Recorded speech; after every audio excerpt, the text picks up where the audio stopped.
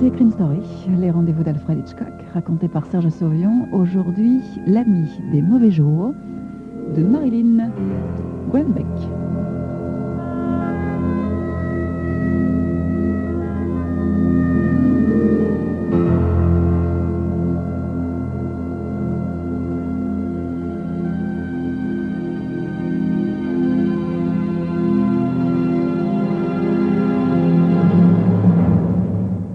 Pour un gars qui sort de prison, il y a deux urgences. Un verre et une femme. Ça a été mon erreur la dernière fois que j'ai franchi les grilles. Mais ce coup-ci, j'ai fait le point. À 38 ans, j'ai passé plus de la moitié de mon existence à l'ombre, comme on dit. En plus, la dernière fois que j'ai été condamné, ça l'a foutu plutôt mal. Les urgences, quoi. Un verre et une femme. Tu parles d'un plan. J'ai même pas eu le temps d'apprécier la femme. Et tout ça à cause de Harry. Oui. C'est en buvant mon premier verre d'homme libre que je l'ai rencontré. Un frère d'armes, Harry. Il a fait de la prison dans 5 États, si vous voyez ce que je veux dire. À un moment, il m'a proposé de me reconduire dans sa voiture. Moi, j'étais tellement saoul, j'ai pas remarqué à quel point il l'était, lui aussi. À peine assis dans sa bagnole, je m'endors. Et je me réveille au milieu des flics et des sirènes hurlantes. Ce bougre d'imbécile de Harry avait eu l'idée géniale de faire, pendant que je dormais, un petit braquage dans une station-service. Et comme la station-service avait un signal d'alarme caché, qu'on n'entendait que chez les flics, ils étaient arrivés bien avant que Harry ait fait démarrer sa bagnole. Total, après 5 heures de liberté et une bouteille de whisky, je me suis retrouvé en tôle pour 5 ans. 5 longues années à méditer. Voyez? Alors, quand j'en suis sorti la semaine dernière, pas question d'entrer dans un bar en quête d'alcool et de compagnie féminine. Oh là là, non. Je me suis quand même acheté une bouteille de whisky que j'ai bu dans la chambre du petit hôtel où j'habite. En descendant de la bouteille, je me suis demandé comment je ferais bien, vu que je suis pas un ascète, pour rencontrer l'âme sœur. C'est un vieux journal qui traînait qui m'a donné l'inspiration.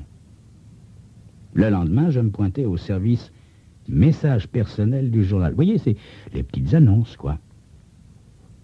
Jeune quadragénaire libéré après 5 années de prison suite erreur judiciaire souhaite rencontrer femme ayant esprit large et indépendance financière.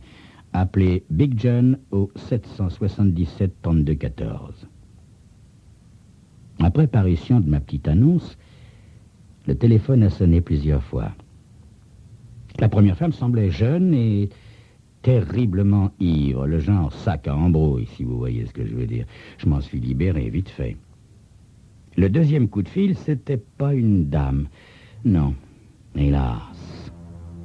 Le deuxième coup de fil, c'était Bunko Bill, lequel désirait savoir ce que je mijotais et combien on pouvait espérer de cette combine. Il m'a ri au nez quand je lui ai dit que c'était pas une combine, que je rentrais dans le droit chemin. Il m'a dit « À bientôt !» Et il a raccroché. À bientôt. Embêtant, ça. Très embêtant, pour pas dire plus.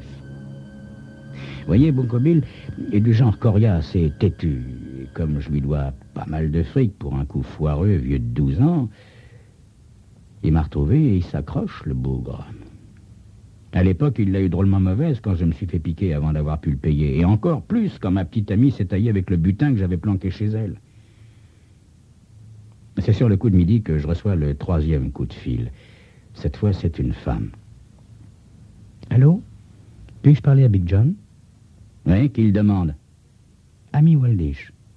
Je suis Big John, madame. Je téléphone... J'ai lu votre annonce dans le journal. J'aimerais vous parler, monsieur. Vous voulez qu'on parle au téléphone, mademoiselle Waldish? Ou vous préférez qu'on se retrouve quelque part? Qu'on se retrouve quelque part, monsieur Big John. Nous convenons de nous voir au salon de thé de l'Armand Hotel sur le coup de 2 heures. À l'Armand Hotel, je m'installe de telle sorte que j'aperçois le hall d'entrée et la réception dans un grand miroir. Je suis pas là depuis un quart d'heure qu'une femme s'adresse, comme convenu, à l'hôtesse d'accueil. L'hôtesse la conduit à ma table. Je me lève en souriant. Elle est pas mal. Pas mal du tout. La quarantaine très bien portée, beaucoup de charme. Un tailleur sentant bon le grand couturier avec au revers une broche de diamant véritable, s'il vous plaît. Elle répond à mon sourire et s'assied en posant les mains sur la table. Elle a de longs doigts fins. L'un d'eux est orné d'un gros diamant assorti à la broche. Ah. Eh ben voilà, mademoiselle Waldish. Je vais vous raconter mon histoire. Ne dites rien, surtout avant que j'ai terminé. D'accord? Elle me fait signe qu'elle est d'accord. Alors, je raconte ma vie, sans rien omettre. Quand je termine, j'écarte les mains en un geste expressif. Mais, pour être franc avec vous, mademoiselle Waldish, c'était pas la première fois que j'allais en prison. Le problème, voyez, quand on en sort, c'est qu'on doit se garder de voir d'anciens taulards. On doit fréquenter uniquement des gens convenables. Seulement, les gens convenables, ils veulent pas avoir affaire à vous. Total, on se retrouve à faire des boulots minables qui vous tuent plus qu'ils vous nourrissent. Alors on se dit qu'un petit coup de rien du tout, un petit braquage pourrait vous sortir un peu de la mouise. Et 9 fois sur 10, on retombe. Moi, je vais plus retomber.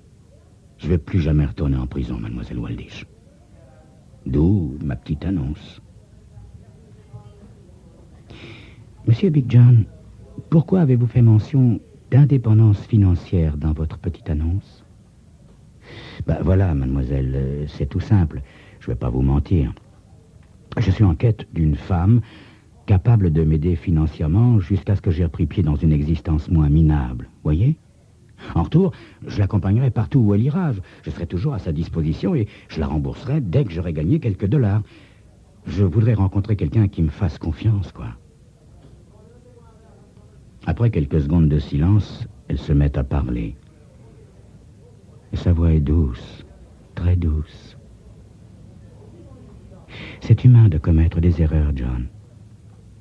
Personnellement, j'ai été marié, mais ça n'a pas marché.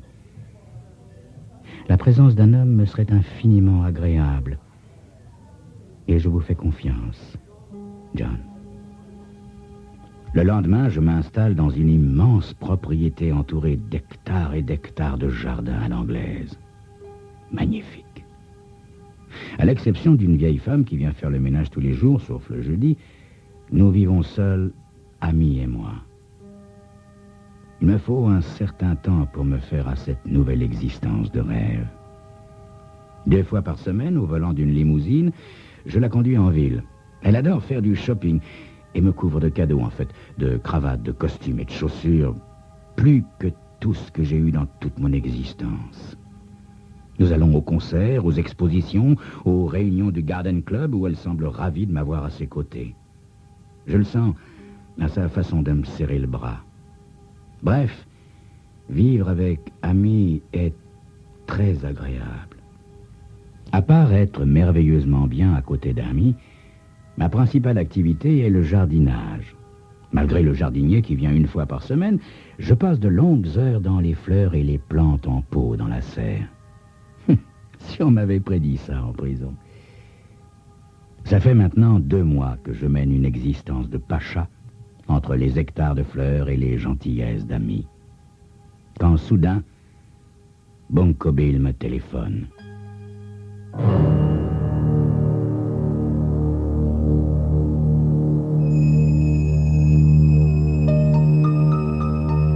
Comment a-t-il pu me retrouver? Mystère profond. Toujours est-il qu'il m'a retrouvé. Qu'est-ce qu'il me veut? Pourquoi cet acharnement? C'est ce que vous saurez dans quelques instants.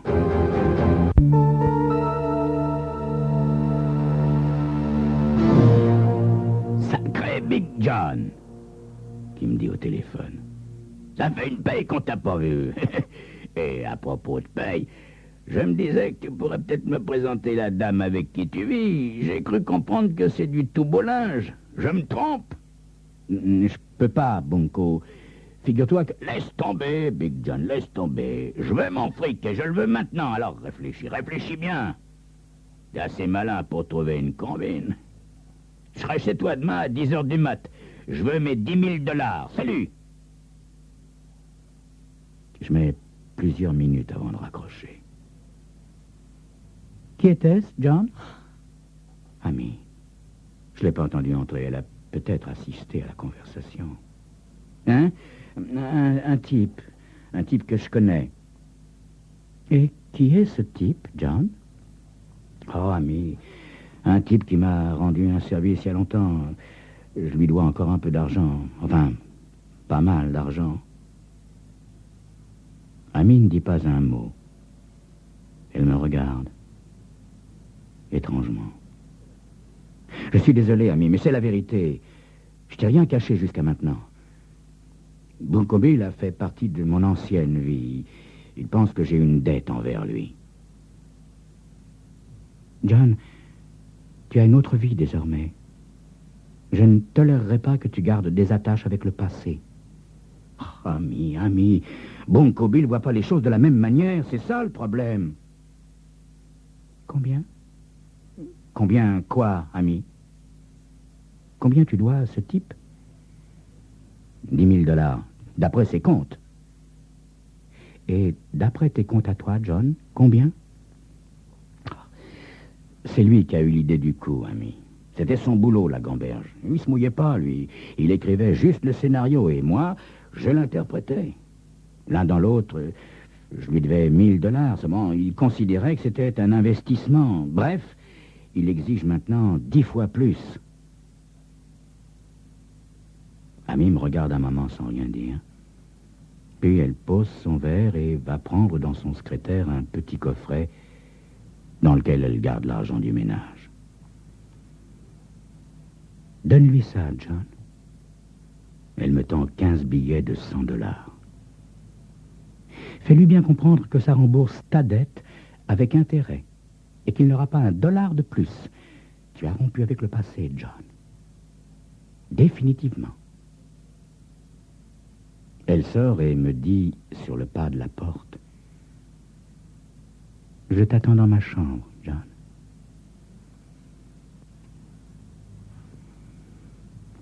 J'empoche l'argent, surpris de la facilité avec laquelle Amy me l'a donné. Peut-être que Bunko Bill s'en contentera. Peut-être. Le lendemain, je me lève tôt et je surveille l'allée principale dans l'espoir qu'Amy ne descende pas avant l'arrivée de Bunko Bill. Quand je le vois se pointer, je sors et je vais vers lui. Je l'emmène un peu plus loin, à l'ombre des marronniers. « Alors, Big John, t'as mes 10 sacs ?»« Non, Bunko, pas moyen. Tu demandes l'impossible. » Il promène un regard appréciateur sur le parc, sur le climatiseur, à l'angle de la serre. Il additionne mentalement leur valeur au coût de la maison et à son entretien. Je sors les 1500 $ et je le lui mets sous le nez. « Tiens, prends ça, Bunko, c'est tout ce que je peux. Ta mise de départ plus 500 $ d'intérêt. Pour moi, c'est réglo. »« Pour toi, peut-être, mon petit gars, mais pas pour moi. Alors tu vas m'écouter. Tu t'es dégoté une mine d'or et t'as intérêt à la faire fructifier, cette mine d'or. Je reviendrai dans 2 semaines pour l'autre versement. » 15 jours? Mais qu'est-ce que tu veux que je fasse en 15 jours, Bunko Bill? Ce que tu veux, mon petit gars, débrouille-toi. Ta rombière a une flopée de bijoux. 1 ou 2 de plus ou de moins. Faute de quoi? Je pourrais me fâcher, tu me connais quand je suis en colère. Allez, salut, à lundi en 15.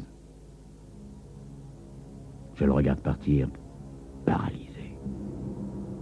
Un léger bruit derrière moi me fait tressaillir. Je me retourne, mais il n'y a rien.